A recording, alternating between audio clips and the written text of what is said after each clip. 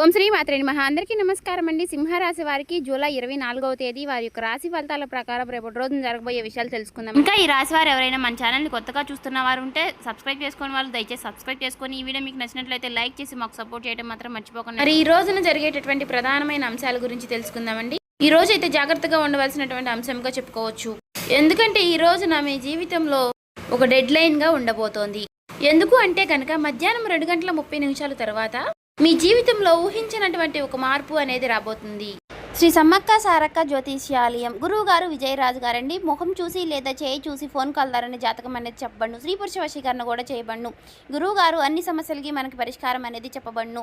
ప్రేమ సమస్యలు, వ్యాపార సమస్యలు, ఉద్యోగ సమస్యలు, రాజకీయ సమస్యలు, విదేశీ ప్రయాణం, ధనం నిలకడగా లేకపోవడం, భార్యాభర్తల సమస్యలు, అత్తకోడల సమస్యలు, ఆస్తి తగాదాలు, అప్పుల బాధలు, ఇలా ఏ సమస్యలకైనా 100% మనకి తీర్పు అనేది చెప్పబడును. ఈ గురుగారు ఫోన్ నెంబర్ వచ్చేసి 9100263308 అండి. మీరు ఎక్కడున్నా సరే ఏ సమస్యలతో బాధపడుతున్నా ఆ సమస్య నుంచి బయటపడాలంటే మాత్రం ఈ గురుగారిని సంప్రదించి చూడండి. చాలా నమ్మకమైన గురుగారు చెప్పినట్టుగా జరుగుతుంది. సమస్య అనేది పరిష్కారం గురువుగారిది. నమ్మకం ఉంటే మాత్రం ఈ గురుగారిని సంప్రదించి చూడండి.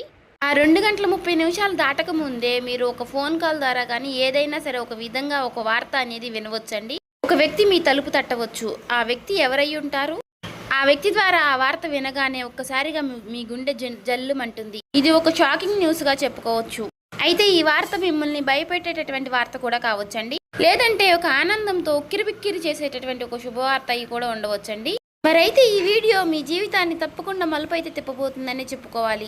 కాబట్టి ఈ వీడియోని మీరు ఎక్కడ కూడా స్కిప్ చేయకుండా చివరి వరకు చూస్తేనే మీకు అప్పుడు ప్రతి ఒక్క చిన్న విషయం కూడా క్లారిటీగా మీకు అర్థమవుతుందండి. ఇక సాధారణంగా ఏంటంటే ఈ రాశి వారు చాలా అంటే చాలా తెలివిగా ఉంటారు. చాలా గొప్ప తెలివితేటలను కలిగిన వారై ఉంటారండి. అలాగే మంచి దురదృష్టి కలిగిన వారిని కూడా చెప్పుకోవచ్చండి. అలాగే మీకు ఏదైనా ఒక విషయం జరిగే ముందు ఒక రకమైనటువంటి సూచన, అంటే అది అంతర్బోధ, అంటే ఇలా జరుగుతుంది అని చెప్పేసి మీ మనసుకి కనిపిస్తూ ఉంటుంది. కానీ ఈ మధ్య కాలంలో మీ మనసు మొద్దుబారిపోయినట్లుగా మీకు కూడా అనిపిస్తుంది కదా. అంటే మీరు అనుకున్నవి ఏది కూడా పూర్తిగా వర్కౌట్ కావడం లేదండి. గత కొన్ని రోజులుగా ఎదుటివారు కూడా మిమ్మల్ని అర్థం చేసుకోవటం లేదనేటటువంటి బాధగా, అది కూడా మీలో ఒక వంతు బాధగా ఉంది. మరైతే మీ గుండె లోతుల్లో ఏదో ఒక అద్భుతం అనేది జరగబోతుంది అని చెప్పేసి మీరు మాత్రం మనసులో పూర్తిగా ఏదో ఒక విషయంలో నమ్ముతూనే ఉంటారు. అయినప్పటికీ గత కొన్ని సంవత్సరాలుగా మీరు ఒక గందరగోళమైనటువంటి పరిస్థితులు అనేది చిక్కుకున్నారండి. చెప్పాలంటే ముఖ్యంగా ఒక ఆర్థిక పరమైనటువంటి విషయంలో కావచ్చు, లేదంటే ఒక డాక్యుమెంట్స్ విషయంలో కావచ్చండి, లేదా భూమి విషయంలో కావచ్చు. ఇలా మీరు ఎదురు చూపులు చూస్తూ ఉన్నారు. అసలు ఇది జరుగుతుందా లేదా అని చెప్పేసి ఒక రకమైనటువంటి సంఘటనతో సంవిధ్యంలో మీరు కొట్టుమిట్టు ఆడుతున్నటువంటి పరిస్థితులు కూడా కనిపిస్తూ ఉన్నాయండి.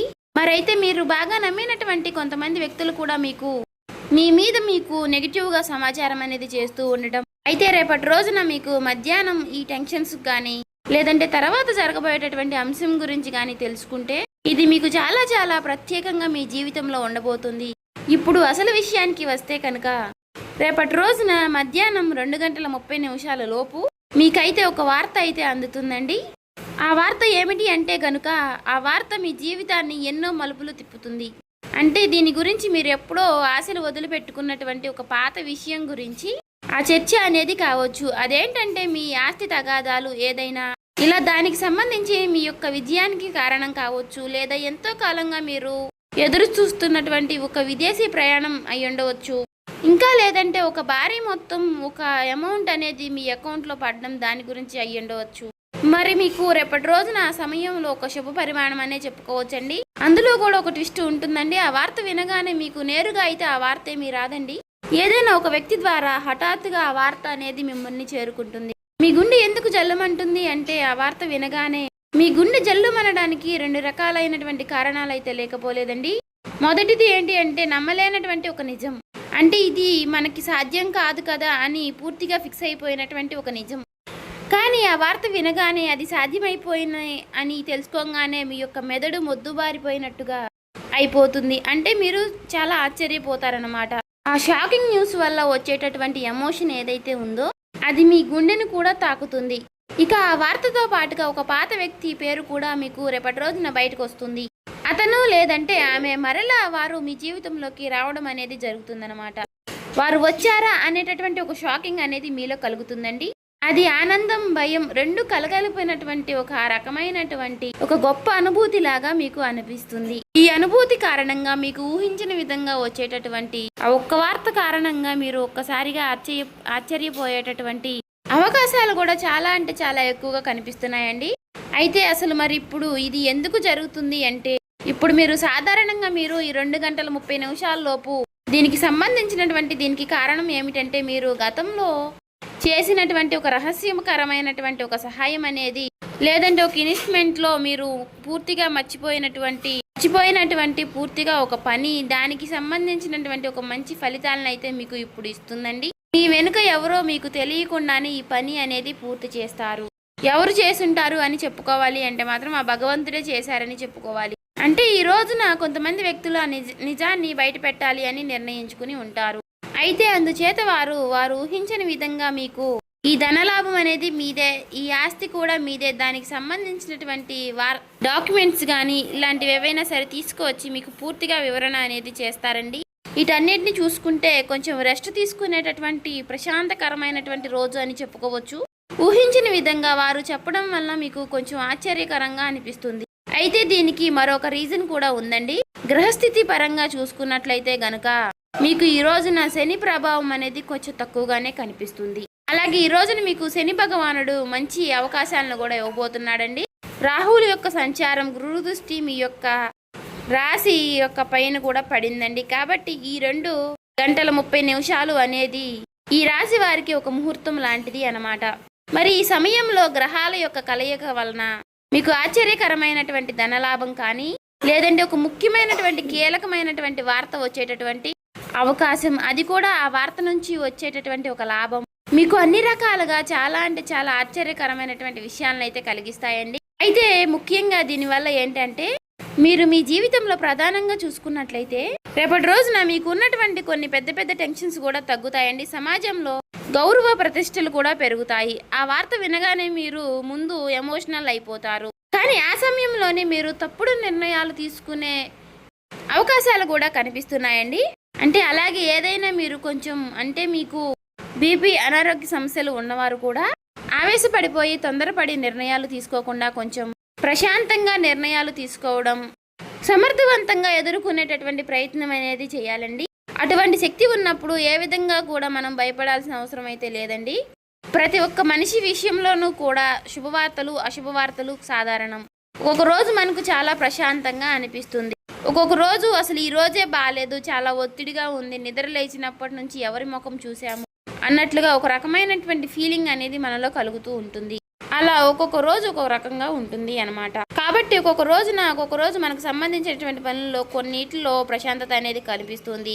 అదేవిధంగా ఒక్కొక్క రోజు మనకు సంబంధించిన పనుల్లో పూర్తిగా డేలా పడిపోతామేమో అన్నట్లుగా అనిపిస్తూ ఉంటుంది. కాబట్టి ఏదైనా మన ఆలోచన విధానంలో మనం తీసుకునే నిర్ణయాలు బట్టి ఉంటుందండి. కాబట్టి ఈ రోజున ఉదయం టైంలో ఆ శివుడి యొక్క ఆరాధన చేసుకోవడం, ఓం నమః శివాయ అనే మంత్రాన్ని జపించుకుంటూ ఉండడం, వీలైతే మీరు శివాలయానికి వెళ్ళి 11 ప్రదక్షిణలు కానీ 21 ప్రదక్షిణలు కానీ చేసుకుని కాసేపు ఆ ఆలయంలో ప్రశాంతంగా కూర్చుని శివుని దర్శనం చేసుకుని మీకు వీలైనన్ని సార్లు లేదంటే 108 సార్లు కానీ ఓం నమః శివాయ అనే మంత్రాన్ని జపించడం వల్ల మీకు ఉన్నటువంటి కొన్ని నెగిటివిటీ అనేది తొలగిపోయి పాజిటివిటీ అనేది పాస్ అవుతుందండి. ఒక మాటలో చెప్పాలంటే మైండ్ అంతా కూడా మీకు కొంచెం రిలీఫ్ అనేది ఇస్తుంది. ఇది ఒక విశేషమైనటువంటి రోజుగా చెప్పుకోవచ్చు. ఇక ఈ రోజు మధ్యాహ్న సమయంలో మీరు ఎవరితో కూడా గొడవలకు కానీ తగాదలకు కానీ పోవద్దండి. ఈ రోజున మీరు నీలం రంగు దుస్తువులు ధరించడం వల్ల మీకు మరింత ప్రశాంతతను ఇస్తుందన్నమాట. అంతేకాకుండా ఈ రోజున మీకు పసుపు రంగు వస్త్రధారణ కూడా మీకు ఎంతో జయం కలిగిస్తుందండి. అలాగే ఈ రోజు మధ్యాహ్నం మీ జీవితాన్ని మార్చేసేటటువంటి ఒక ఫోన్ కాల్ అనేది మీకు వస్తుందండి. ఆ ఫోన్ కాల్ రూపంలో మీ జీవితంలో ఒక సరికొత్త వెలుగుని నింపాలని చెప్పేసి మనస్ఫూర్తిగా నేను కూడా కోరుకుంటున్నాను. ఇక ఈ రోజున మీకు తూర్పు దిక్కు ప్రయాణం అనేది ఎంతో విశేషంగా ఉంటుంది. ఇక ఎప్పుడూ కూడా మీకు వీలైనంత సహాయం మీరు ఎవరికైనా చేయడంలో మీరు ముందుంటారు. ఒకరిని ముంచాలి, ఒకరిని నష్టపెట్టాలి, ఒకరికి సమస్యలు కలిగించాలని చెప్పేసి మీరు ఎప్పుడు కూడా అనుకోరు.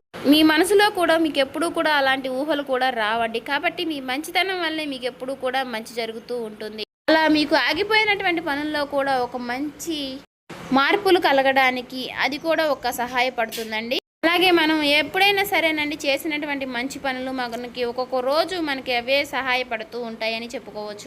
అలా నిదర్శనమే ఈరోజు అండి. కాబట్టి మీ జీవితంలో రాబోయేటటువంటి మీ జీవితంలో ఒక మంచి మార్పు అనేది వస్తుంది. మీరు మనస్ఫూర్తిగా మంచిగా ఈ రోజున పాజిటివ్గా ఉండండి. మీ మనసులో మీరు ఎప్పుడు ఎటువంటి నెగిటివ్ ఆలోచనలు అనేవి చేయకండి. అలాగే మీరు ఏదైనా ఒక విషయం గురించి నిర్ణయం అనేది తీసుకునే ముందు 1కి 4 సార్లు ఆలోచించి పెద్దల యొక్క సలహాలు సూచనలు తీసుకుని జాగ్రత్త నిర్ణయాలు అనేవి తీసుకోండి. అలాగే మీ ఇంట్లో పెద్దల యొక్క ఆశీర్వచనాలతో పాటు మీ జీవిత భాగస్వామి యొక్క నిర్ణయాలని గౌరవించండి.